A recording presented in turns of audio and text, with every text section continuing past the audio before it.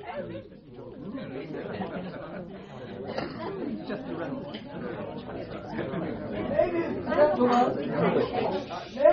and gentlemen,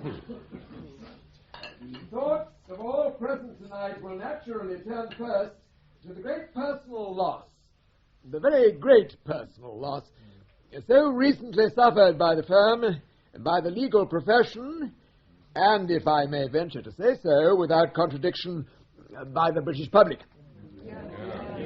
Abel Horniman, our founder and our late senior partner, was a man whose name will be long remembered.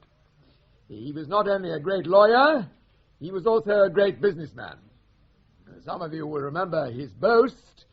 In 30 seconds, I can lay my hands on any paper which has come into this office over the past year to his partners and staff, the fruits of his knowledge. He died, as I'm sure he would have wished to die, in Hodges. It scarcely seems a month ago that I walked... It really is rather an inspiring thought that the last words he ever wrote should have been, "Unless we hear from you by an early post, we shall have no option but to institute proceedings." To the touch there, the old warrior, dying with his lance in pouch, his face to the fire. To bring to a successful conclusion. Yes, a grand old lawyer, the founder and the inspiration of his firm, of our firm. Perhaps I may say of our happy family, Horniman, Birley and Craine.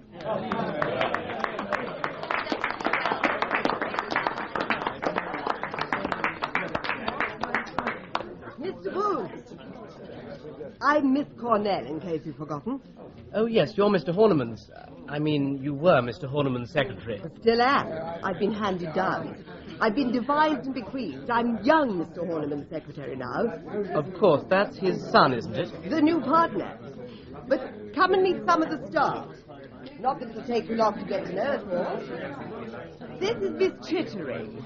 She works for Mr. Burley, and Miss Belbass, who works for John Cole. God help her. How do you do? Here? I'm Henry Bohun. I only joined the firm this afternoon. Why should it be such penance to have to work for Mr. Cove, Miss Belbass? Oh, I expect it's the things he says. I see. And how long have you been with the firm, Miss Chittering? Oh, so long I never admit to it now, for fear people might start guessing my age. It must be quite a responsibility to work for Mr. Burley. It was a very interesting speech he just made. Oh, yes. He's very clever, isn't he, Floyd? Right? I can never understand a word he says. I don't think I was really cut out for that. You mustn't believe a word of it. What her spelling says we keep trust and puny mortgage for the light of pure phonetics. Never mind, Miss Belbass. What a brains, besides beauty. Well, what are they?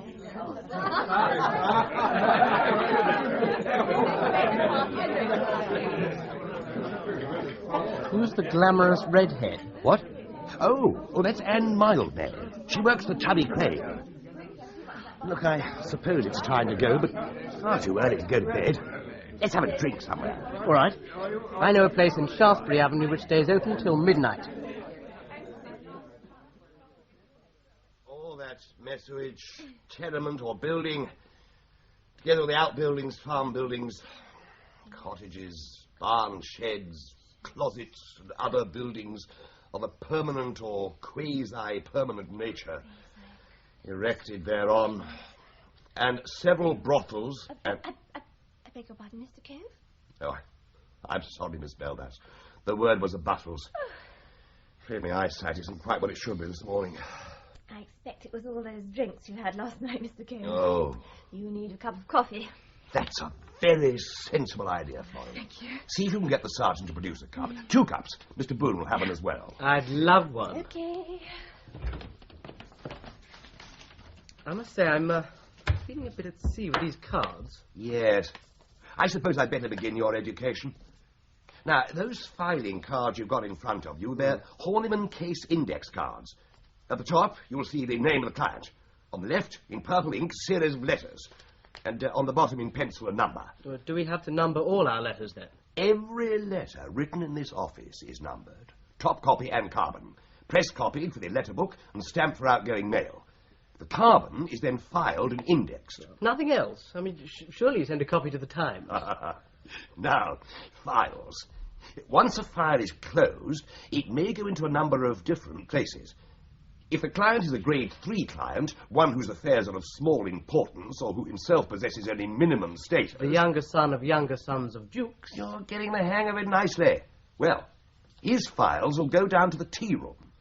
A second-class client travels the same route, but ends up in a locker in the muniments room. But a first-class client... has a box. Right. And no ordinary box.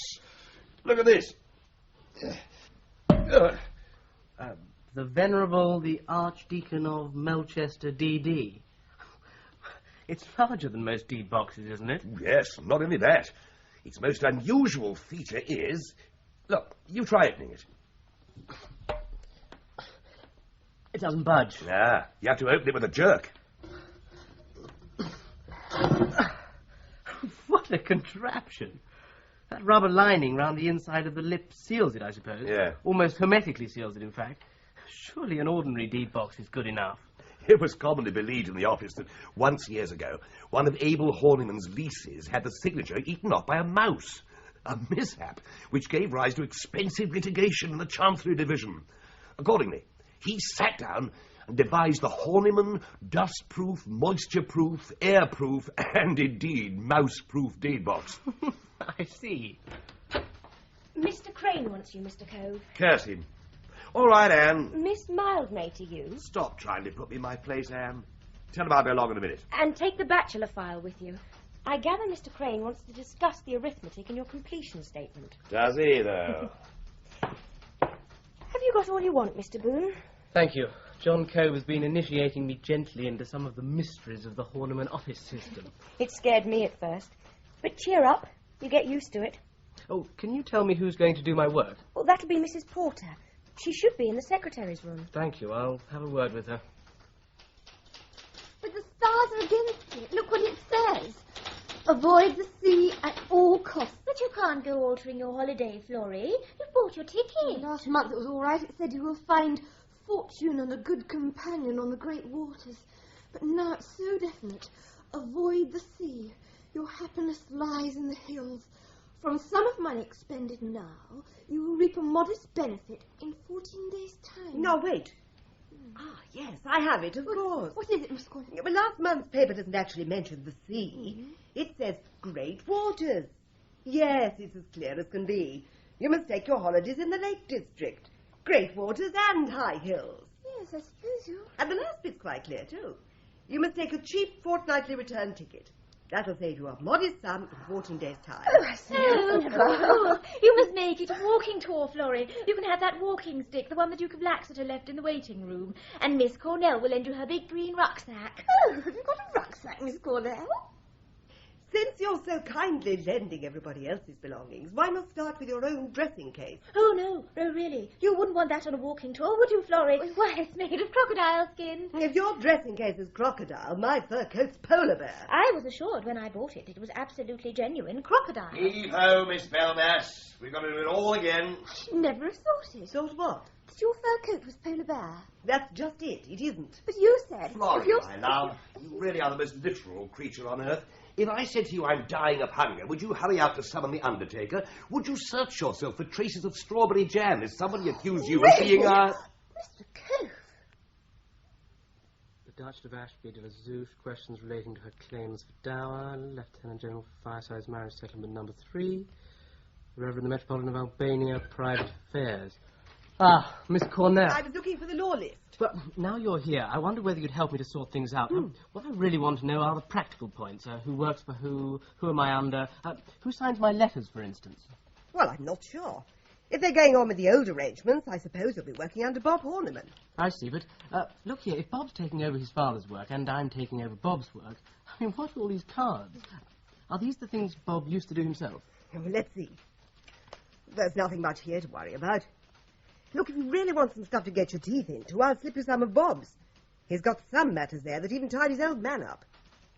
You liked working for Abel Horniman, didn't you? Well, yes, I did. He was a great man. He really was. And a good man to work for, too. I ought to know. I was his secretary for 19 years. What do you think of this, Miss Cornell? It's from Rumbold and Carter about the Stokes Will Trust. They say, according to your request, we endeavoured to contact Mr. Smallbone to secure his signature to the proposed transfer of stock. We wrote to him enclosing the transfer form in duplicate on the 23rd of February and sent him a further communication the 16th ultimo and the 8th inst.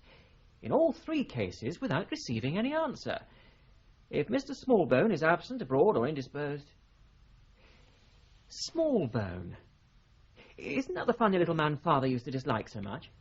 I don't think your father and Mr. Smallbone got on very well, Mr. Horniman. Unfortunately, they were co-trustees. Oh, yes, the Ichabod Stokes Trust. Yes. Otherwise, I think he'd have refused to have anything to do with it. I remember the fellow. A scrawny little brute with an eye like a rat. I never could understand how Dad put up with him. I think he found it very trying. If it hadn't been that the Stokes Trust was such a big thing, and of course it was tied up with the Didcots and Lord Hampstead, I think he might have refused the trusteeship rather than work with Mr. Smallbone. Bad as that, is he? Must be a deuce of a trust. What does it figure out at? Well, they've sold the real property now. It's all securities. At the last account, they were worth just under £500,000. I expect you can put up with a lot for £500,000. But the point is, what's happened to the little blighter? He really is a hopeless person. He never answers letters, and he's apt to disappear altogether and go on a walking tour of Italy. Italy? He's a great collector of pottery. Huh? I believe the 2 little rooms in the house in Belsize Park where he lives are full of urns and statuettes and heaven knows what. Well, I can see only one thing for it. You'd better slip over to Belsize Park and stir him up. What now, Mr. Horniman? Why not? Go after lunch. I've got an awful lot to do. Take a taxi. The firm will pay. Oh, remarkable man, Mr. Smallbone. The things he's got in that room of his, you'd be surprised. Valuable. Really? But there, I have to get in to dust over 'em. Good heavens. Where on earth does the man sit down? I has his meals in his bedroom. When will he be back? I couldn't say. But when did he go away? About 2 months ago. But doesn't he tell you when he's going away, Mrs. Tasker? What about his rent? Oh, if it's his rent you're worrying about, you needn't. 6 months in advance he pays. He has his own meters, too. I don't care where he goes or when he goes, it's all the same to me. Why, last year he was away 3 months. I remember it well. What about his letters? There's a few for him. Mostly bills. Well, you might ask him to telephone us as soon as he turns up. It's rather important. I'll tell him. It really is extremely awkward. Who are the other trustees? As a matter of fact, there aren't any. Father was one trustee, Mr. Smallbone the other. Wasn't another trustee appointed when Abel died? Well, no, Mr. Birley. That is, not yet. So it amounts to this. Unless we can induce Smallbone to come back to England, we shall probably have the expense of going to court. I don't know that Mr. Smallbone's gone abroad. His landlady only said he'd gone away, but perhaps if we wait a few weeks he'll... With £500,000 worth of securities, this isn't a post office savings account. There must be questions of reinvestment cropping up every day. I wonder you've managed to get by for as long as you have. Well, but perhaps it might be a good idea to go through the securities anyway. We could get a broker's opinion. Where are the securities? They're in the muniments room. I'll get Sergeant Cockrell to bring them. You might get the trust accounts out of the box, too. All right. But I'm sure there's nothing wrong. Why should there be anything wrong? About Mr. Smallbone, I mean. He often disappears like this. Miss Cornell was telling me about him. He's a bit of a crank. The fellow ought never to have been appointed a trustee. But Stokes was mad for years before he died. Now then, about this death duty scheme of Lord Haltwhistle's. It's very mysterious, Mr. Horniman. Your father can't have lost the key. He kept them all together on one ring. Let me have another look.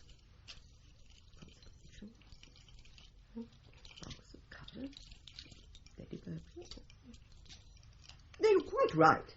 There are only 17 keys here, and there should be 18. Stokes is missing. First the trustee, then the key. The next thing we shall find is that half the securities are gone. The securities aren't kept in here. They're with Sergeant Cockrell in the strong room. There's nothing in this box but old files and papers and trust accounts. I know, but how am I to start checking up the securities unless I can get hold of the last set of trust accounts? That's all the fuss about. We don't know there's anything wrong with this trust. Now then, I'll just put her up on the window seat where I can get at her. Let me give you a hand. Oh, it's mighty heavy. Mr. Horniman. Yes? What is it, Miss Velvet? Oh, could you sign this receipt, please, sir? In a minute. Would you hold her steady? There. Yes. Good. Now, we'll have her open in a jiffy. Now then. There we are. My God. What's happened? It's in that box. We've just found him. For God's sake, can't someone stop that girl screaming?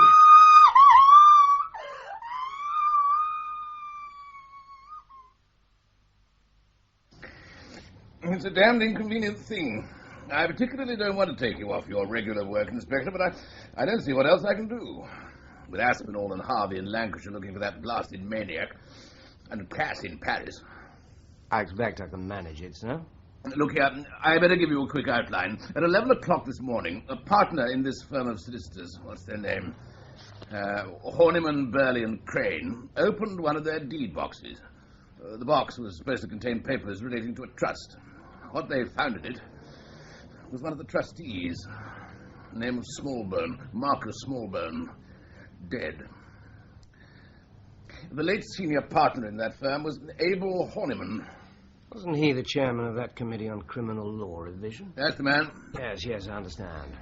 Abel Horniman and Marcus Smallbone were fellow trustees, the only trustees of a very big affair, the Ichabod Stokes Trust. That's an obvious lie of the thing, of course. It's almost the only direct connection between the two men. And is this trust, is it in order? Well, that's one of the things you have to find out, Hazlerigg. Apparently, it isn't as easy as all that. One of the difficulties is that all the papers which might have helped should have been in that deed box. And they were gone. Every one of them. As it was, there was hardly an inch of room to spare. If Smallbone hadn't been quite unusually small and slight, his body would never have gone in at all. 10 weeks? I should have thought they'd begun to notice him by that time. In the ordinary way they would, but these were special boxes, as you'll see. A rubber sealing band round the edge and a compressor lid. Rather unusual, sir. Whose idea were they? Abel Horniman's. Here are the photographs. Incidentally, I can set your mind at rest on one point. There's no doubt it was Smallbone. We got some very good prints which match up with a dozen test samples from his lodgings. By the way, I saw a name I recognized. Oh, yes. Here, in the list of recent arrivals at the office. Bohun. Henry Weingarten Bohun. Never heard of him. Who is he? Presumably a solicitor. He used to be a statistician, and before that, an actuary. Versatile chap. Yes, I'll tell you how I know about him. Sergeant Pollock, you may remember him? Oh, the man the Garrett crowd killed. He worked with you, didn't he? Yes. Well, he was a friend of Boone's. Now, if this is the same chap, and heaven knows it's not a common name, then he might be useful. Particularly if we can be certain he wasn't involved. Friend in the enemy's camp. Good idea. And he's out of it, of course. As he said, he just joined the firm. At least, that's what he says here. Well, Mr. Boone, and how are you finding your new work? I'm liking it very much, thank you, Mrs. Magley. Try as thou expect. Oh, I don't know. I found a trustee in one of the deed boxes today. Lord, what will you lawyers get up to next? Before you go up, there's a gentleman waiting to see you. I'll let him into your room. I hope that's all right. Good evening. Oh, good evening, sir. My name's Hazlerigg. I'm from Scotland Yard. I believe you knew Bobby Pollock. Lord, yes. I knew him well. I heard... Wasn't he killed? Yes. I had the pleasure of sending down both responsible parties. I'm glad. Bobby was a good man. He said some nice things about you. A drink. Whiskey? Well, thank you. I've got a proposal to put to you, Mr. Boone. It's in connection with a murder at your office. Oh, yes. Now, almost the only person who could and would have killed Smallbone is your late senior partner, Abel Horniman. How could anyone else have got the box into the room unobserved and then opened the box, of which only Abel had the key? Well, yes, when you put it like that, it seems obvious enough. Oh, thank you. But why? That's where you come in. Abel Horniman and Marcus Smallbone were fellow trustees. I don't understand all the ins and outs, but I realize this much. They had joint control of a very large sum of money. It might be more accurate to say Horniman had control of it. He was the professional. One would suspect Smallbone to do what he was told, sign on the dotted line and so on. I don't think that Smallbone was that sort of man. Oh, I don't expect he was. That's why he's dead. No, some swindle was going on. It wasn't an obvious swindle, nothing that an outsider could spot, but Smallbone wasn't an outsider, and he just happened to spot the rabbit in the conjurer's hat. So the conjurer popped him into his disappearing cabinet. Yes. Think of Horniman's position. Think of the temptation. On the one hand, disgrace, probably jail. On the other, he could die respected, as the Scots say. It was so easy. Into the box with the body, lose the key, sit tight. Even if it went wrong, what did it matter? The courts would have had to get the deuce of a move on if they wanted to beat the angina that killed him. How are you going to prove all this? That's it. We'll have to find out what's wrong with the trust. Well, I expect I could help you if you're keen on the idea. But surely an accountant or an auditor could do better. I wonder. Anyway, I'd like your help, if I may have it. Of course. And then again, we've always got to face the possibility that it may not have been Abel Horniman. Now, that's going to open up quite a wide field of speculation. List 2, in fact. Yes, all those now on the staff, and just possibly someone who was with the firm but has recently left. I suppose that's possible. I had no predecessor. My typist, Mrs. Porter, came when I did. The common law clerk, Mr. Prince, took the place of another old boy who'd been umpteen years with the firm, but he left months ago. It was just after Christmas. There's Eric Duxford. Yes, of course. Quite notorious. Was running another job at the same time as working for the firm and stealing their clients. I gather he resigned last month, just before he was due to be sacked. So he's in the running. Then there's the cashier, Mr. Clark. He only left about 3 weeks ago. No, he's out. He couldn't have done it. He only had one hand. Why does that mean he couldn't have killed Smallbone? Of course. You don't know how he was killed. No, I don't. And I suggest that if you're going to trust me, you don't set traps for me. Sorry. Just second nature. No, it would have been quite impossible. Smallbone was strangled with picture wire. Definitely a two-handed job. I've done jobs in junk shops, in lost property offices, in warehouses, even the mistress's common room at a girls' public school, but never before in my life have I seen one room with quite so much stuff in it. And thank your lucky stars you're in a Horniman office. This is child's play to what you'd find in the office of an ordinary uninhibited solicitor. It's all these books, in open shelves too. Anybody could have handled them. Look at the dust on this one. Queen's Bench, 1860. Who in hell could be interested where the Queen put her bottom in 1860? It looks as if we may take a bit of time before we're finished in here. And we shan't be able to let young Horniman back until we are, so I may as well use it myself. Oh, you've done the desk, I take it? Oh, yes, I've done that. Well, I'll see Mr. Birley first, then. Get someone to ask him to come in, will you? Ichabod Stokes was a Presbyterian fishmonger. He was one of Mr. Horniman's oldest clients. He was a successful man. When he died, he owned almost a quarter of the East Coast fishing fleet. Where did the money go? He left a will appointing Abel Horniman and Marcus Smallbone executors and trustees. Do you know why he chose Smallbone? They shared a common interest in collecting pottery. My impression was that neither was really very knowledgeable on the subject. However, they used to correspond at some length, I believe. Was the will all right? Entirely so. There were no close relations, and the money was left to perfectly reputable charities, mostly to do with fish. So now all you have to do is to divide the income among these charities. In theory, that is so. In fact, it is not so simple. When Ichabod Stokes died, his estate consisted of a certain amount of real property. He bought a number of farms cheaply at the time of the 1931 slump, and there were the assets and goodwill of his various businesses which had to be valued and paid out. However, you can take it that by now everything has been realized and invested in securities. Can you give me some idea of the value of the trust? After the payment of death duties, it amounted to about £500,000. £500,000? And all invested? So it'll be just a matter of checking the stocks and shares, I take it. In theory, yes. In fact, no. We are allowed some discretion in the investment of the trust. The fund was to be kept in the best possible state of investment compatible with security.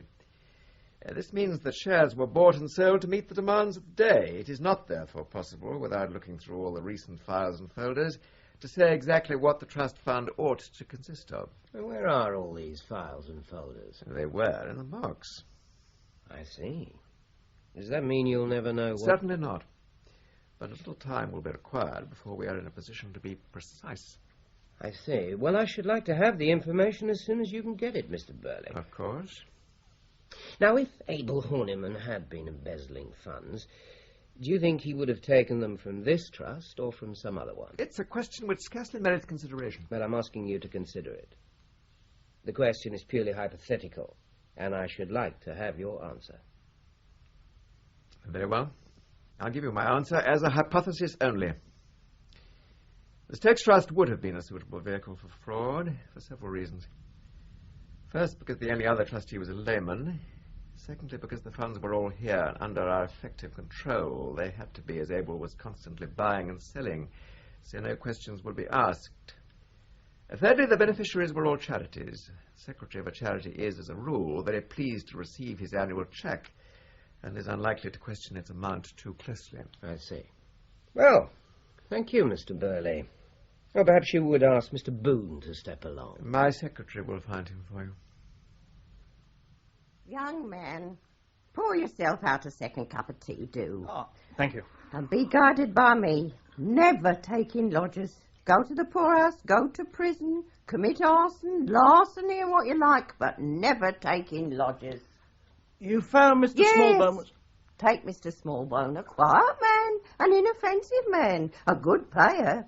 Never should I have thought that by his deeds he would have brought anxiety to my bosom and police to my house. The sugar's behind a clock. No, I don't. 5 years ago I came here to lodge, put down 6 months' rent on the table, the one we're sitting at this moment, and said to me, Mrs. Tasker, I'm a rolling stone, I gather no moss, but somewhere I must have to lay my head. The first floor front pair's vacant, I said, and use of the ring at the back for cooking, and that's all that passed between us if I go to my maker tonight.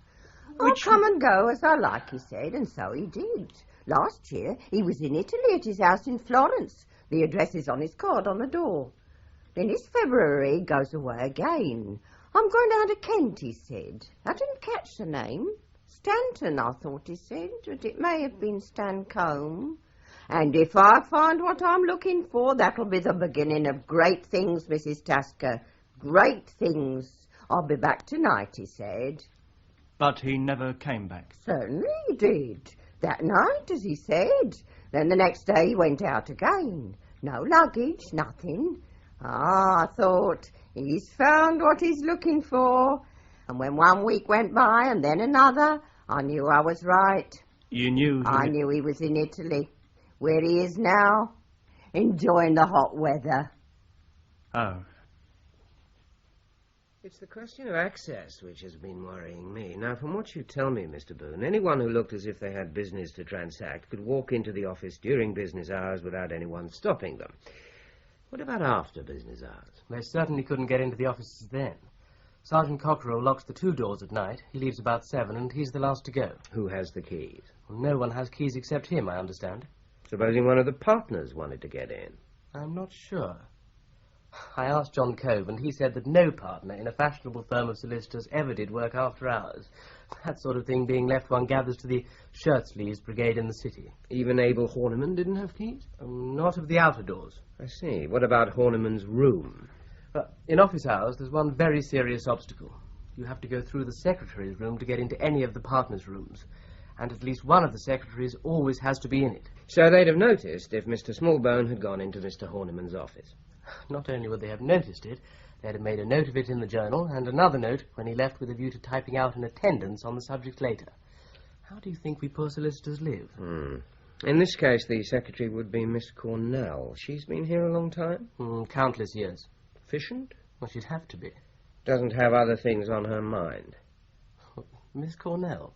You surprised me. There are other things than sex, you know. No, actually, I meant golf. Golf? Yes, she's very good, I gather. Reached the last 4 in the Woman's Open at one time. She might have been brooding about an incipient slice or something of the kind. What thorough research you do, Inspector. All our past lives an open book to you. Just routine. It would vary, perhaps. Oh, no, he was always home by 5. Did he go out in the evenings at all? Certainly not. Never? I'm sorry, but we must be certain. Mr. Horniman was a dying man. He never went out in the evenings. He retired to bed at 10 o'clock, and the nurse had the bedroom across the passage so that she could be certain to hear if he cried out. His attacks, you know, they were very sudden. Thank you, Ma'am. Here you are, Inspector. Effect of picture wire on the human neck. 200 magnifications. Extraordinary. Looks like an aerial view of the Grand Canyon. What does it all prove, Dr. Bland? Quite a lot. Would you like a picture of the weapon? Subject to very slight possible errors, here it is. Take a short piece of ordinary 7-strand brass picture wire. Drive a small hole between the strands about 2/3 of the way along, then thread one end of your wire through the hole. Now that gives you a nice, smoothly running noose or slip knot. I suggest that you then fasten toggles of wood, or anything to afford you a good grip, one at either end of the wire. There is an inexpensive, neat, household model of the garroter's loop. Inexpensive, neat, and untraceable. Oh, quite. It's a household weapon. Anyone could make one. Thank you. No, I haven't done yet. Would you like a picture of your murderer? Oh, it's not asking too much of you, Dr. Bland. Well, to a certain extent, the weapon implies the user. Now, he must be methodical, neat with his hands, with enough imagination to devise such a weapon, and enough ruthlessness to use it. You surprise me. He is also, most probably, left-handed. What? Ah. Yes, I thought that might stir you out of your dismal professional indifference. That's a clue, isn't it? That's something to go on. I repeat, he was left-handed. Not in the sense that he only used his left hand, but he was a man whose left wrist was better developed and stronger than his right. Where did you get all this from? From the wire. Look at the photograph again. Observe how all the creases on the right are drawn backwards, that is, towards the spine. Now that means that when the murderer started to pull, he exerted the actual pressure with his left hand. Yes, I think I see what you mean. One other thing, Doctor. You say he and him. Is that certain? Could it have been a woman? Oh, certainly. A man or a woman. Using this little weapon, all you need is the initial surprise. Consider now. I'm going to strangle you. Now, you've no cause to suspect me, and I am standing quietly behind you. I put my hands round your throat. As I thought. You try and tear away my fingers. Now, strong as you are, you find it difficult because you're sitting down. Your knees are under the desk, but not impossibly difficult. You catch one of my fingers and bend. All right. Needn't be too realistic. But consider the murderer who was using a wire loop. Now, it's strong. It's as sharp as a cheese cutter. And it's an inch into your neck before you know what's happening. You can't shout, and there's nothing to catch hold of. You can't get as much as a tip of the finger between the wire and your neck. Yes, I think a woman could kill a man with a weapon like that. I gather you want me to go through all the accounts and papers of the firm, Inspector. Yes, Mr. Hoffman. I want to find out if they're solvent. If they are, I want to know how their profits today compare with their profits, say, 10 years ago. And I want to know about anything which doesn't quite fit in. Very well. I've given instructions that any books or papers you want are to be shown to you.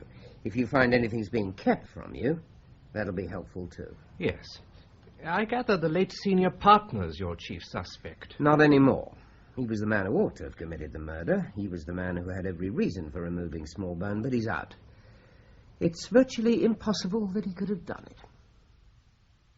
You off now, Boone? I think so. It's been quite a week, hasn't it? Never a dull moment. What about a drink? Never known to refuse one. I'd better warn Mrs. Porter. She's on with me tomorrow. What do you mean on? Tomorrow's Saturday. Oh, yes, of course. You only arrived on Monday, so you wouldn't know. We always keep a skeleton staff here on Saturday mornings, you know, to tend to telephone calls, deal with any important letters.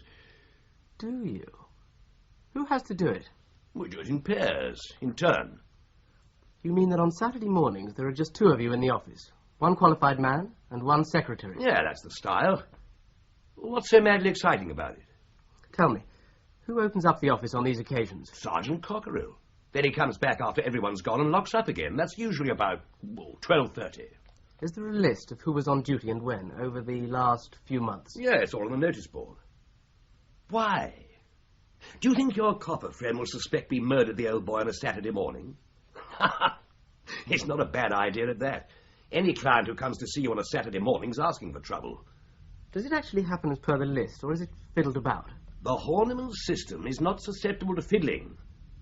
I don't know about the girls. They may fix things among themselves. You'd have to ask them. I expect Hazlerigg will. Excuse me, Inspector. Of course. Come in, Hoffman. What do the firm's accounts look like? The monetary position would seem at first sight to be fairly straightforward.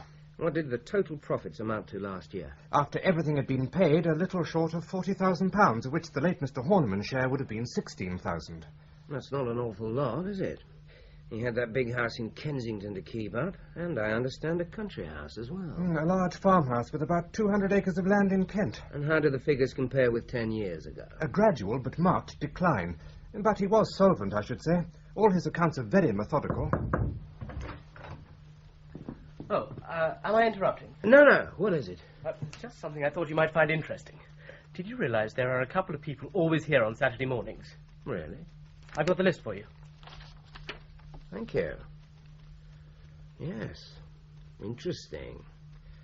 I'm afraid we've been wasting our time a bit.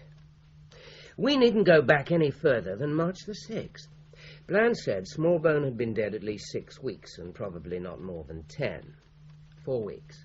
That means 4 men and 4 secretaries. It lets out John Cove. It would seem to do so. Is he there now? Yes, shall I call him in? Please, I'd like to ask him some questions. John? Coming. I'll get back to my books then. Yes, thank you, Hoffman. Hello, Hoffman. Ah, Mr. Cove, come in. I'd like to hear how these Saturday mornings are worked. Well, I'm not sure how other people manage it. When I'm on duty, I turn up 10:30. Sergeant Cockerell opens up when I arrive, or the girl, whoever turns up first. Then he pushes off. I don't know what time he gets back to log up. About 12:30, I think, or later. But I'm always gone by then. And does the secretary get away at the same time? Earlier, if anything. There's not much for her to do, really. And is this list correct for these 4 particular Saturdays? Birley, Duxford, Bob Horniman, Craine. Yeah, I'm pretty sure that's right for the men, but you'd have to check with the girls. Miss Chittering, Miss Cornell, Miss Mildmay, and Miss Belvas. Yes, I'll do that. Well, thank you very much, Mr. Cove. Okay. Well, it looks as if the scheme would work out quite well for a man, doesn't it? But very risky for a woman. I mean, Mr. Birley, for instance, could fix an appointment with Smallbone for midday and tell the secretary she could go at, say, 11:45. That would give him 45 minutes or more before Sergeant Cockerell came back. Yes, and there's another thing. This weekend business explains the choice of the hiding place. The body was bound to be found sooner or later. All the murderer was hoping was that it would be hidden long enough to make it uncertain which was the fatal weekend. And it was a fair chance that it might be several weeks before anyone opened that deed box. I'm sure I came in on February the 27th, because that was the day after my Admiral took me out to the Criterion and tried to get me tight on gin. It was me the Saturday before. That's right, it shouldn't have been my turn at all, you remember. But Sissy Chittering asked me to take it for her. I can't think why. A boyfriend, perhaps? Nonsense. She doesn't know one end of a man from the other. Well, then why did she come up to town on a Saturday morning? She lives right out at Dulwich. Shopping. Don't be so Victorian. Girls do their shopping during their lunch break. Well, I've seen her in the Strand on a Saturday. I believe he works in a shop opposite Charing Cross, and she comes up to meet him at midday on Saturdays. Can anyone tell me about the other Saturdays? What do you want to know all this for? Don't be silly. It's Hawkeye, the inspector. He thinks we murdered the little man on a Saturday morning. I didn't murder him. Of course you didn't, Florrie. If you had, you'd have told us all about it immediately afterwards. Now, these other weekends. Saturday, February the 13th, that was Sissy Chittering, of course. She did mine in return for me doing hers. March the 6th. That would have been you, Florrie. Oh, dear. Well, if the list says so, that's right. All I know is I did my own turn. On Saturday, February the 13th, Mr. Birley and Miss Chittering were at the office. Mr. Birley says Miss Chittering left at about 12 o'clock, and that he left a few minutes afterwards. Miss Chittering, interrogated separately, says that she left about 10 minutes to 12. She doesn't know when Mr. Birley left. On Saturday, February the 20th, Mr. Duxford was on duty with Miss Cornell. He thinks he left at about 11:30. In fact, we now know he had an appointment at his other office at 11:45. Miss Cornell says she doesn't know what time she left, but she caught the 11:50 for Sevenoaks. On Saturday, February the 27th, Mr. Horniman Jr. and Miss Mildmay were on duty. They state they left at the same time, about 12:10, and walked together as far as Holborn Circus, where they went their respective ways. Finally, we have Saturday, March the 6th, when Mr. Craine and Miss Belbass spent the morning together. Now, Mr. Craine says he's of the opinion that Miss Belbass left before he did. Miss Belbass says yes, she thinks so too. Mr. Craine says, on thinking it over again, he recollects that Miss Belbass was still in the office when he went and must therefore have left after him. Miss Belbass, re-questioned, says yes, she thinks that's right. I think they're all lying. This really is a ridiculous place to have put a mirror. No light falls on it at all. I suppose it is. It's always been there, though. Why not put it up beside the window? Good idea, Florrie. Only someone will have to unscrew it first. We'd better get hold of Sergeant Cochrane. Oh, why bother the sergeant? It's only 2 tiny little screws. Look, I've got a pair of nail scissors. Oh! There goes one pair of nail scissors. Is there anything I can do, Miss Cornell? The general idea is to move the looking glass from behind the door to over there, beside the window. Oh, well, the task should not be beyond our combined resources. Has anyone got a large nail file? So long as you don't break it. Thanks. I promise to temper vigour with discretion. There. Now, if I may use your scissors for a moment, Miss Chittering. Well, you can't make them much worse. Thank you. Now, is this where you want it? Yes, that's very good. Right then. 2 little holes. First. Boone, Mr. Crane's ringing on the office phone for you. Well, sorry, I'll have to leave it then. Oh. Just like men. Begin a job and leave it in the middle.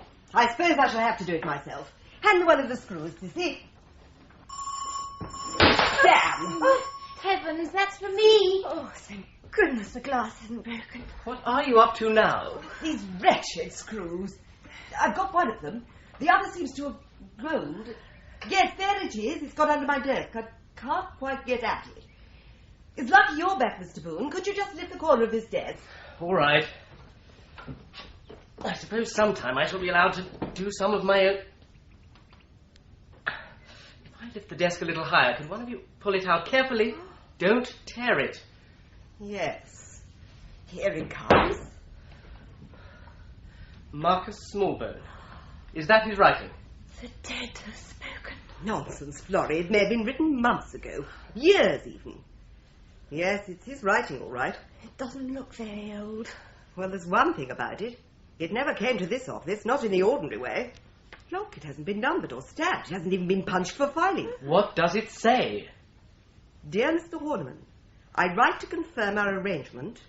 I will be at the office at 12:15 on Saturday. I hope what you will have to tell me will be satisfactory. Marcus Smallbone. I think this ought to go straight to the inspector. Did you notice anything odd about the letter? No. Oh, well, except as Miss Cornell pointed out, it hadn't been filed or marked. Didn't you think that the signature was a bit high on the paper? It had the effect of cramping the rest of the letter. Well, the spacing did look a bit amateur, but then I don't suppose Smallbone was much of a typist. No, I don't suppose he was. There is another thing, though. Did you look at the top left-hand corner of the paper? No, not particularly. What should I have seen? 2 pinholes. A very important clue. I'm surprised you overlooked it.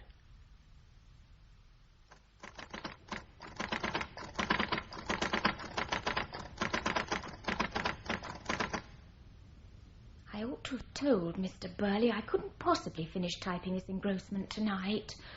I should have said 11 o'clock tomorrow was the very earliest. 6:30. Oh, dear. I wonder why the light's gone so dim. I can't see properly. Oh, I'll have to finish it, I suppose.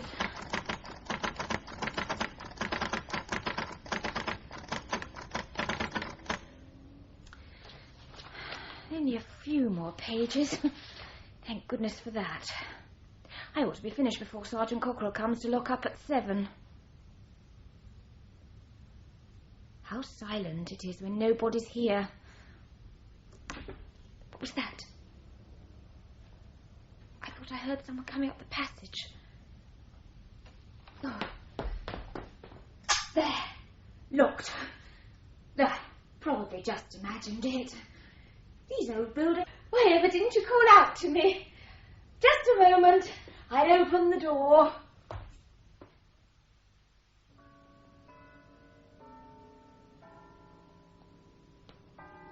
Evening, Mr. Mason. Evening, Sergeant.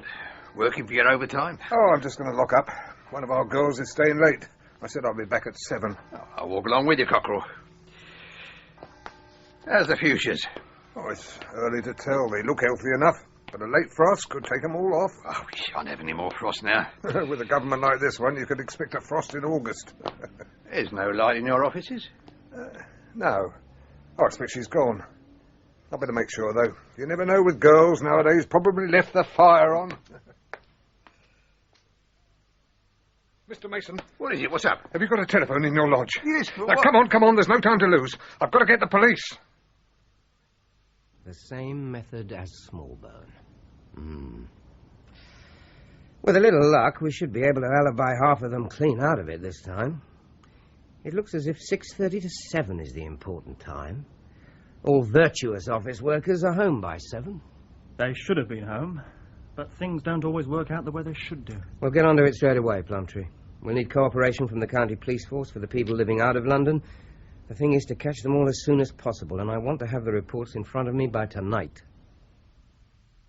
At approximately 7:20, I arrived at the address which had been indicated to me in St. George's Square, Pimlico.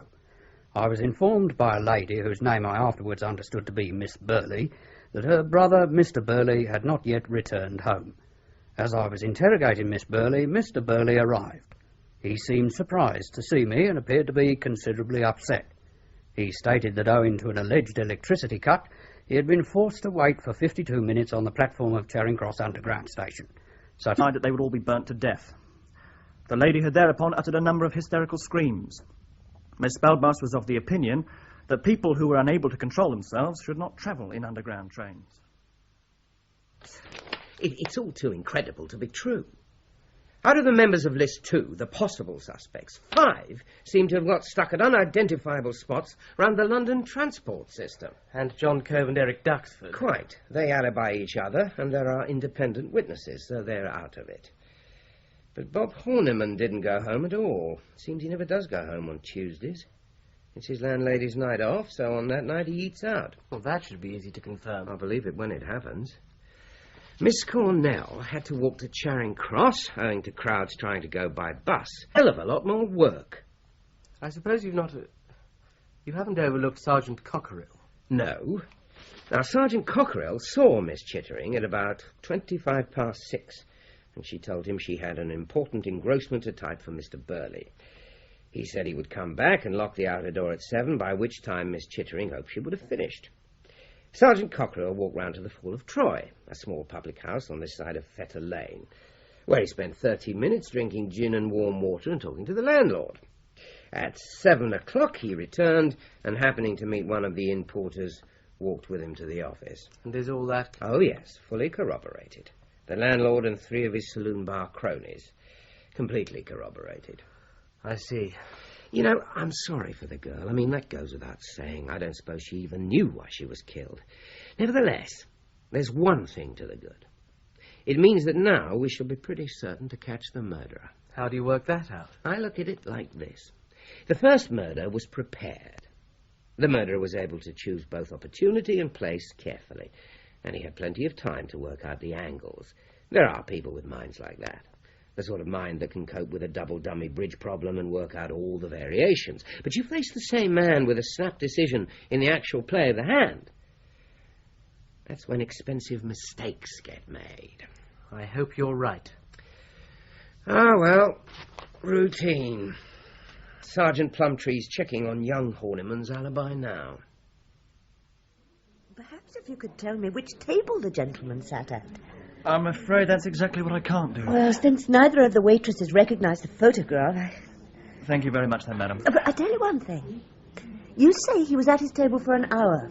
Now, I'm sure the girls would have remembered that. 6:30 to 7:30 is a very good time for tips, and well, if anyone sits on for too long after their meal, they'll get up to almost any dodge to get rid of them. I've even known them spill a whole pot of hot coffee. I should say he might have been in and out for a quick snack without their remembering him, but not for an hour. No, I'm sure of that. Well, let's have a deco then. Oh, yeah, she's one of our regulars. Been coming up and down on this line for 15 years. She's a golfer, isn't she? That's the one. Now, can you tell me about what time she got here last night? Last night? You know what happened here last night, don't you? Yes. Yeah, well, with one thing and another, what with the people who was on the trains trying to get off and the people who was off trying to get on, if my own mother had come up and spoke to me, I shouldn't have remembered it. And she's been in her grave these 10 years.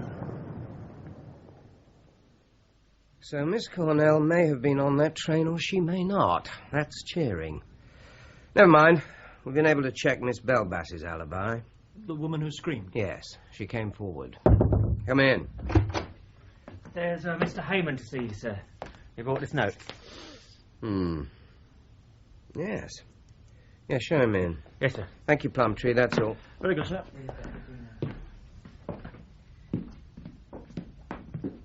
Good morning, Inspector, isn't it? Good morning. Sit down, won't you? Now, how can I help you? I work for Merriweather and Matlock. You may have seen our shop. It's about halfway down the Strand.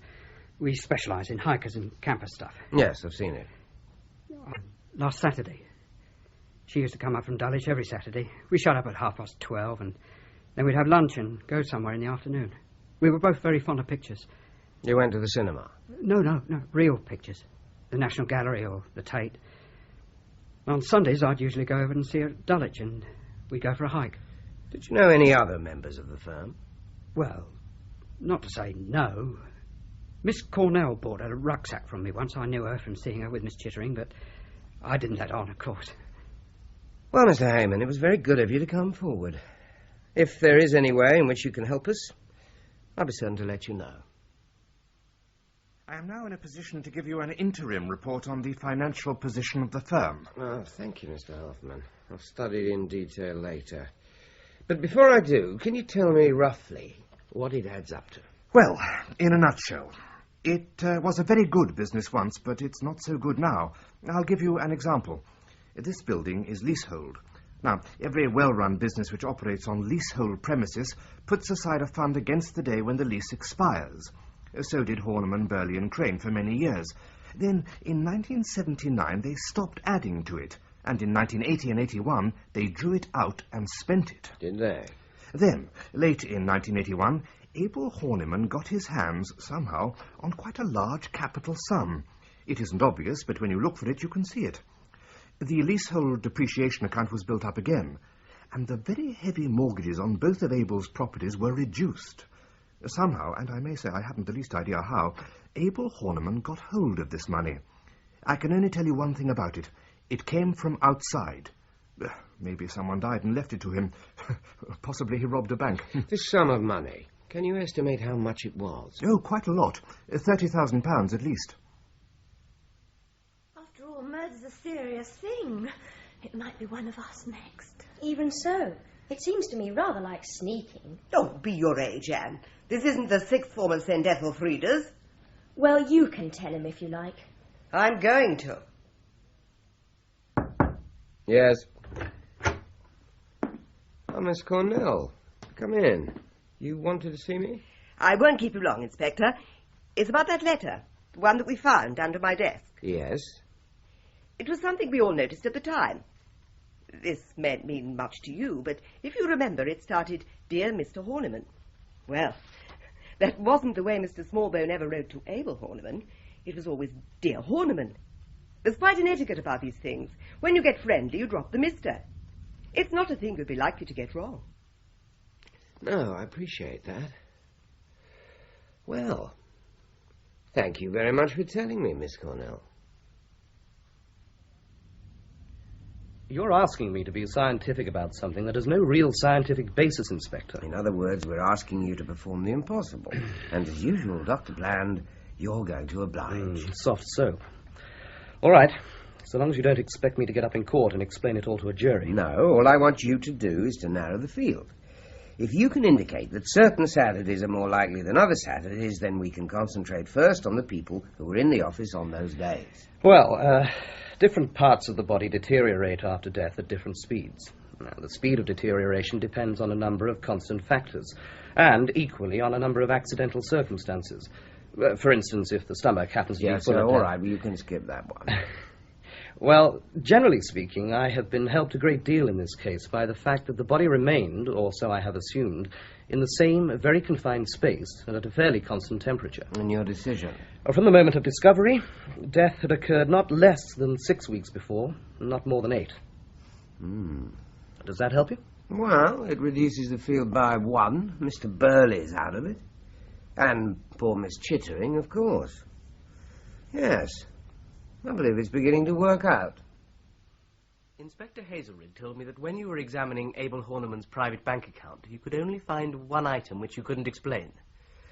As I remember, Mr. Hoffman, that was a quarterly payment of £825. That is quite correct. But it just occurred to me to wonder... It seems such an obvious suggestion, but have you tried grossing it up at 11%? Good Lord. I thought it was rather a coincidence. Oh, yes, indeed. How very surprising. To think that I never noticed it. Yes, what is it, Bohun? I wondered if I might have a word with you, Mr. Burley. All right. I'll come straight to the point. You know that Abel Horniman borrowed £30,000 from the Ichabod Stokes Trust and used it to bolster up the finances of the firm. That's right, isn't it? Well, he put it all back, if he ever took it. It's never been proved. No, it's never been proved. And if Mr. Hoffman can't spot the join, I don't suppose anyone will ever do any better. Particularly as the money was paid back to the trust almost at once, and all the interim trust accounts seem to have disappeared. Then I scarcely see why... But the fact that no one seems to know where Mr. Horniman got the money from to pay back the trust doesn't alter the fact that at some time or other this money will have to be paid back to whoever lent it to him. How do you know it was a loan? Because Abel Horniman was paying interest on the money down to the day of his death. £825. 11% per annum on £30,000. Who was this money paid to? The money was drawn by Abel Horniman in cash. I presume he paid that money for security reasons into a private account at another bank. Then he paid it to whoever it was he got the £30,000 from. So far, there is no indication who that is. It seems highly probable, however, that Smallbone knew. And the truth, if it had been exposed, would have resulted in ruin for Abel Horniman and disaster for his firm. That, it seems plain, is why he was killed. You always seem to be poring over lists and figures nowadays. It's just something I was trying to work out. Do you remember the sale of Longhaff Farm? Oh, it is inscribed on the tablets of my heart. It was the very first piece of conveyancing that I did in this office. Can you tell me about it? Well, if you're passionately interested, I'll get out the file. Yeah, here you are. It was quite a straightforward title. It started with, 3 straight conveyances. First in 1910, another in 1938, and the third to Ezekiel Jed in 1960. He died in 1966, and there's a vesting deed vesting it in his son Amos as life tenant. Amos died in 1975. Yes, there's another vesting deed in Daniel Jed, who, without further ado, barred his entail and sold as absolute owner in 1978. Bob's your uncle. And it was the same property all the way through? All the way from 1910 onwards, I mean? To the last blade of grass. Then why weren't the first 3 conveyances handed over when it was finally sold out of this office? Now, Abel did say something about that. I can't remember what. The route of title we offered was the 1966 vesting deed. Well, you'd have thought that the earlier deeds would have been handed over, or else the usual acknowledgement given for their safe custody. Yeah. Now that you mention it, that does seem a bit odd. Why do you suppose Abel wanted to keep the early deeds? He never struck me as the type to go in for homemade lampshades. No, I don't think he kept them for lampshades. Hello, Boone speaking. Hazlerigg here. We've traced that bank account. The quarterly payments were made to the Husbandman's League Friendly and Loan Society. The office is in Lombard Street. Fine, I'll go there straight away. Keep me posted. What's it all about? My idea, roughly, is that Abel Horniman forged a set of title deeds. Good Lord. Well, not forged, really. He effected a little rearrangement. I think he got hold of 3 solid-looking and obviously genuine conveyances, just for the sake of argument. Let's say the first 3 conveyances of Long Half Farm that we've just been talking about. Yeah. Now, those particular ones were very suitable, because they hadn't got a plan on them, just a description. I think he took the last one, the 1960 conveyance, the one to Ezekiel Jedd, removed the last page, and sewed in a new one that he'd written out himself in law script. Yes. Yes, that's plausible. He wrote a beautiful copperplate. The perfect practical conveyances. Well, I think the page he faked had a plan on it. Furthermore, and here I'm guessing again, I think it was a plan of Abel's own farm, Crookham Court Farm. Good Lord. Then all he had to do was to draw up a conveyance purporting to be by Ezekiel Jedd to himself, take it down to the stamp office, have it stamped, and there you are. Look, I may be stupid, but why did he want a second set of title deeds to Crookham Court Farm? He must have acquired a perfectly good set when he bought the place in 1976. Well, he had to hand over the real deeds to the National Westminster Bank when he mortgaged his farm to them in 1977. Don't you think a spare set must have been quite useful when he wanted to raise the wind again in 1981?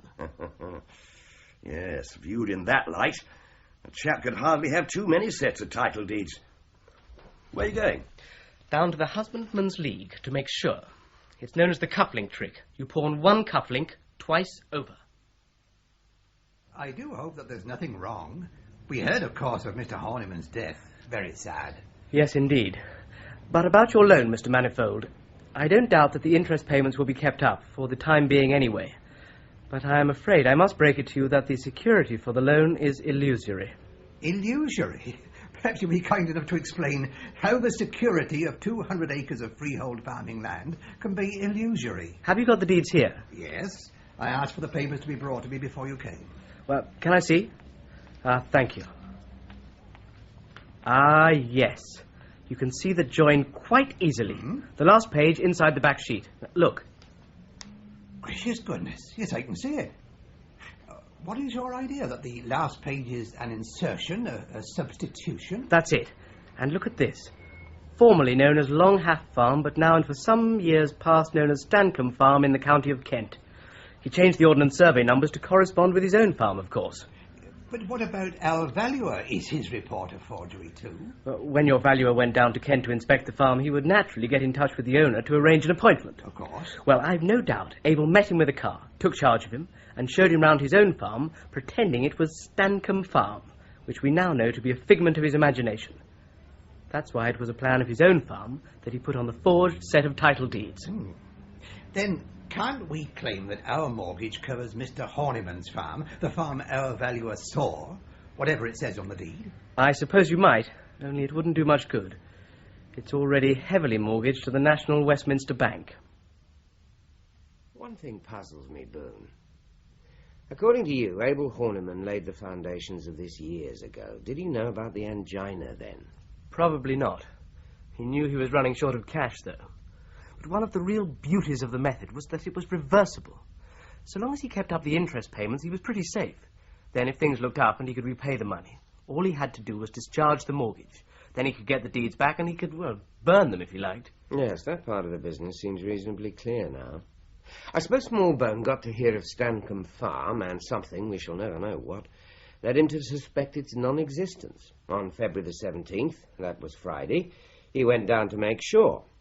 We ought to have paid more attention to that remark he made to his landlady. If I find what I'm looking for, that'll be the beginning of great things. You see, he already saw himself as the centre of a cause célèbre.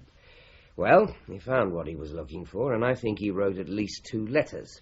And I think he wrote them to Bob Horniman. He may have known by then that Abel was pretty far gone. So Bob thinks the matter over and writes back, making an appointment with Smallbone for the morning of Saturday, February the 27th. Says he can explain everything. Then I suppose he gets busy manufacturing his cheese-cutter garrote and cleans out one of the larger deed boxes. What happened next? Smallbone confirmed the appointment. That was the letter we found, of course. It must have been written to Bob's private address. So it didn't go through the office filing system. Written to Bob? Yes, it took a senior secretary, Miss Cornell, to point out to me the difference between a letter starting Dear Horniman, which is what he'd have written to Abel Horniman, and Dear Mr. Horniman, which is what he'd write to Bob, whom he barely knew. And Bob had the letter in his pocket and dropped it in the secretary's office. Something like that. Then on Saturday morning, Smallbone comes to Lincoln's Inn at 12:15 as arranged. Bob is alone by that time. He tries argument, quite futile, so it has to be the other thing. Into the box with the body, chuck away the key, sit tight. Have you got any direct proof? Oh, you don't often get direct proof of murder, but it's starting to add up. The time of the second murder, for instance. 3 or 4 people haven't got a firm alibi for the time that matters, but Bob Horniman, so far as I know, is the only person who's troubled to offer us a false one. You're sure of that? Morally certain.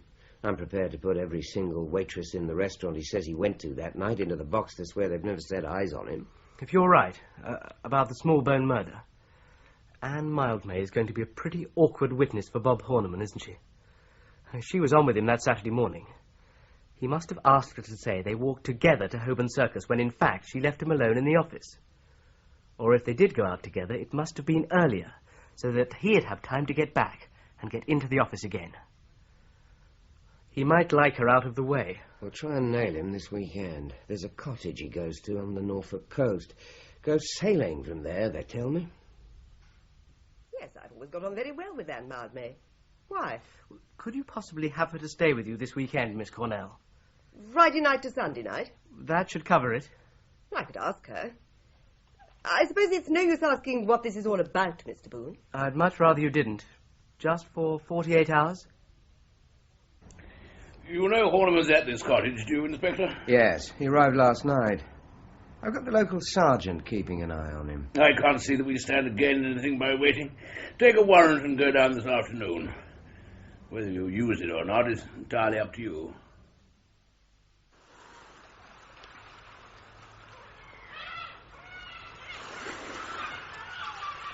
I don't like the looks of it, sir. 4 o'clock he brought the boat in. He'd been up and down the estuary all afternoon, beating about, getting a feel of her, you might say.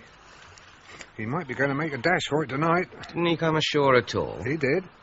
Come back to the house and had his tea, which Mrs. Mullet had got for him. She does for him. You know, cleans the place, gets in the stores.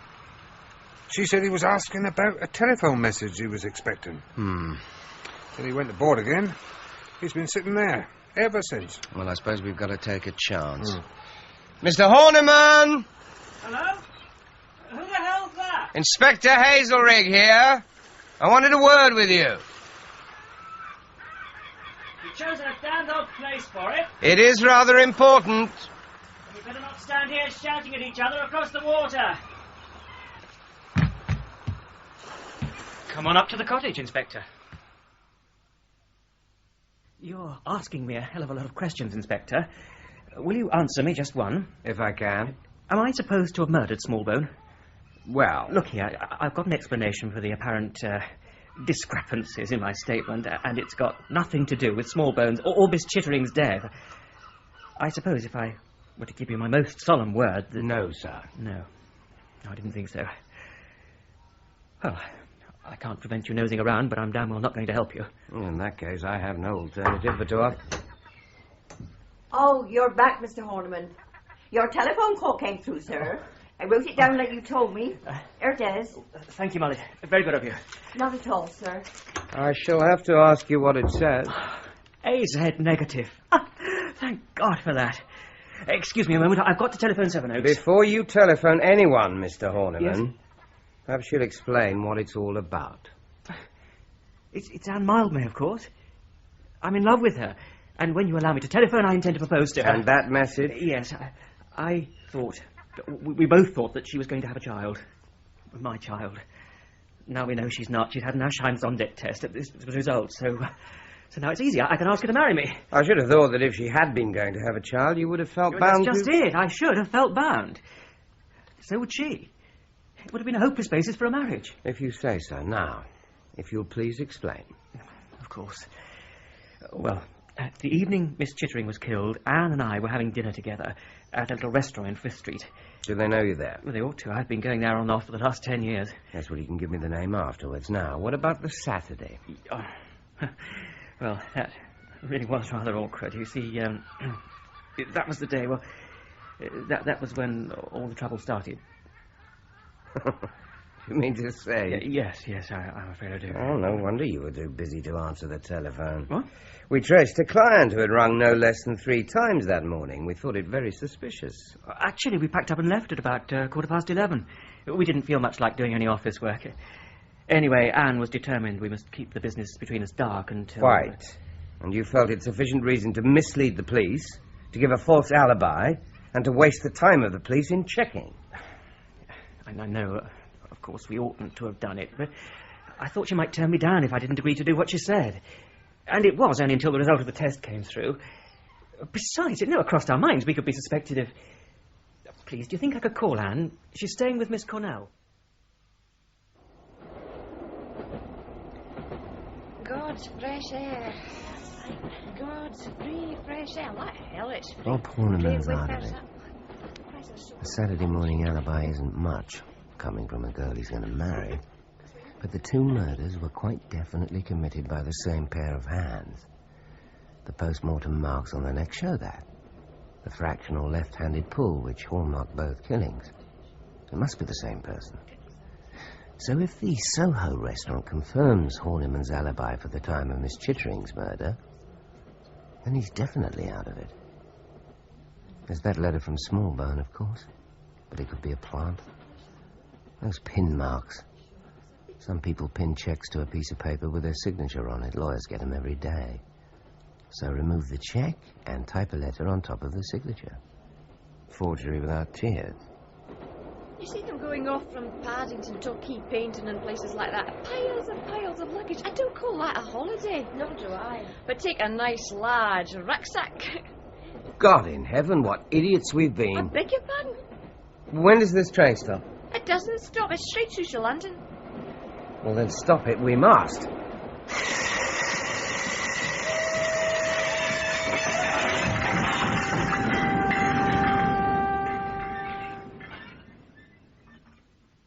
Plumtree? Now listen.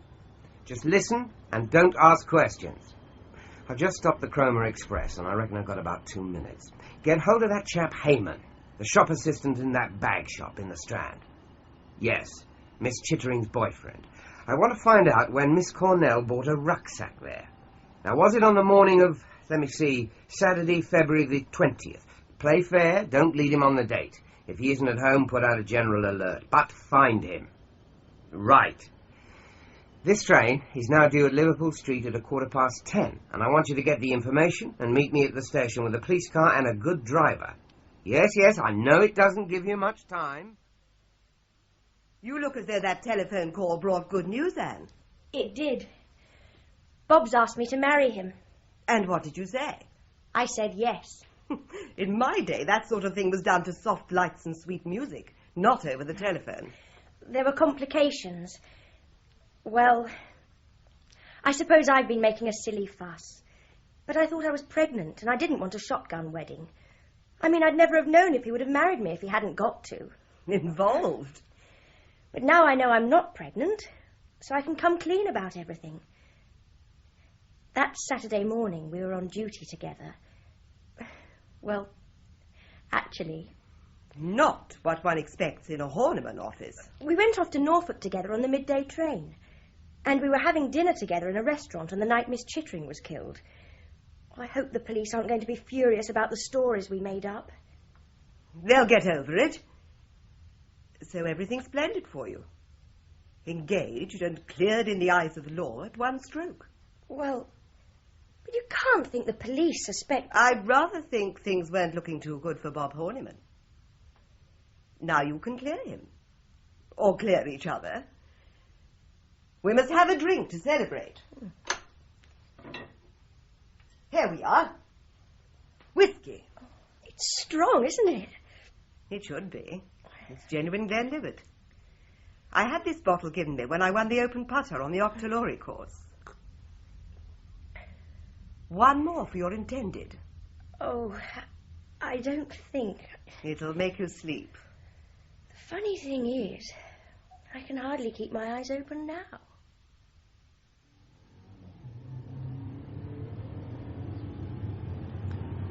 I wonder if everybody's been as stupid as I have. That letter from Smallbone, beginning Dear Mr. Horniman, as Miss Cornell so carefully pointed out, of course it was planted by her. That dropped screw was a manoeuvre, and a clumsy manoeuvre at that, to give her an excuse to produce the letter from behind her desk. She thought that things were beginning to point to her, so she decided to implicate Bob. Ah, good. Sevenoaks at last. And why didn't we remember that playing golf develops your left wrist? Anne Mildmay could be in danger. It's she who's giving Bob an alibi for that Saturday morning. They were on duty together.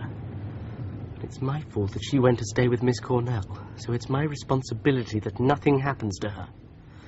A fork right here, I think. Of course. Miss Cornell did her Saturday with Eric Duxford, and on his usual form he'd be in for 10 minutes and away. Anyway, he had an appointment at his other office.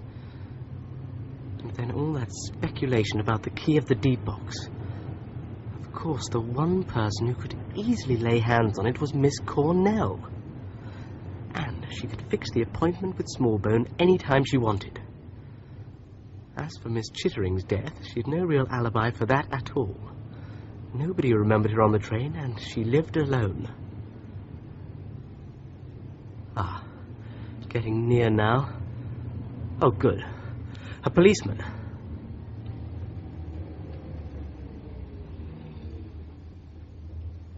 Excuse me, I'm looking for a bungalow called Red Roofs. A Miss Cornell lives there. Oh, that's 500 yards along on your right, sir.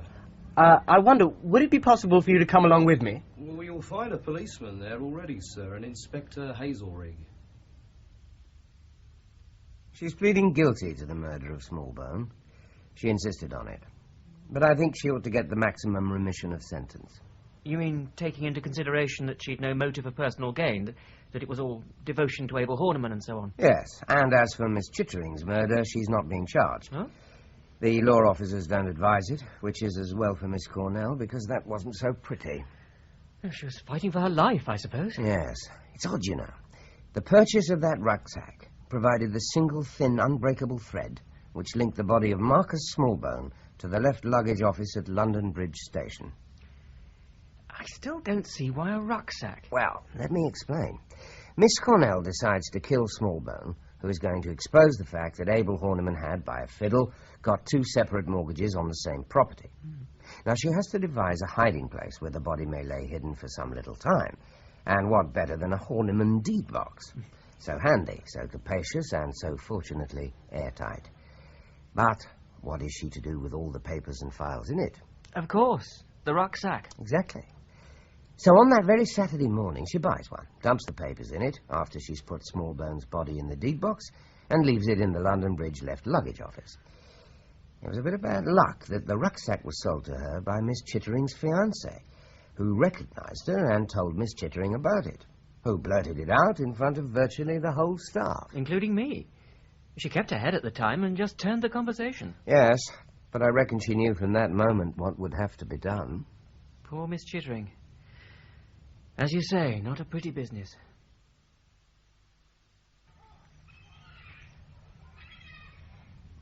Do you think I was drugged that night? At Sevenoaks? You had a very advanced hangover the next morning. I think it was 2 glasses of neat whiskey coupled with excitement. And what was I supposed to be excited about? The prospect of marrying a farmer. The joke of it is that I decided to take up farming to get away from paperwork. And now, milk marketing, cows in calf, feeding stuffs, estimated quantities, and I haven't even got a secretary. No, you haven't.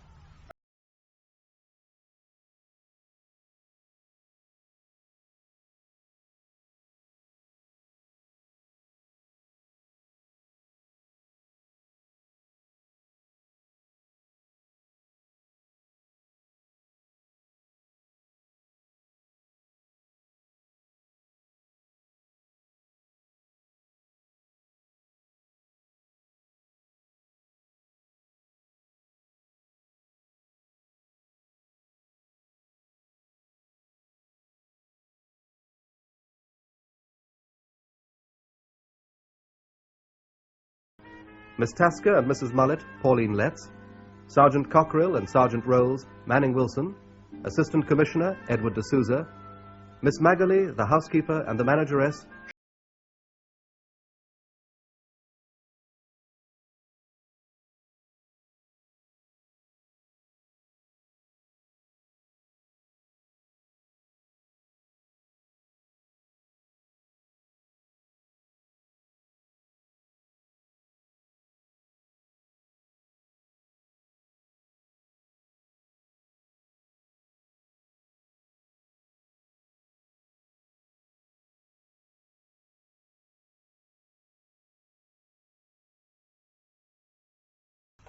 Crime at Christmas continues tomorrow on a slightly different tack. Inspector? Cab, I've asked you not to call me that. Oh, no, sir. Nor yet, sir. Sir? Tanner. Inspector French and the Starvell tragedy. Inspector French of Scotland Yard has just completed a most interesting case. When he receives an offer, he simply can't refuse. How do you feel about a trip to Yorkshire? Well, I was rather hoping for a breather, sir. Right. This is the very thing. More like murder. The detective constable assigned to assist French on the case is, well, green. There's an eerie house that's just burned to the ground and 3 dead bodies have been found in its ashes, but there is a pretty girl in the affair. She's a young lady with a fondness for flower shows and other things.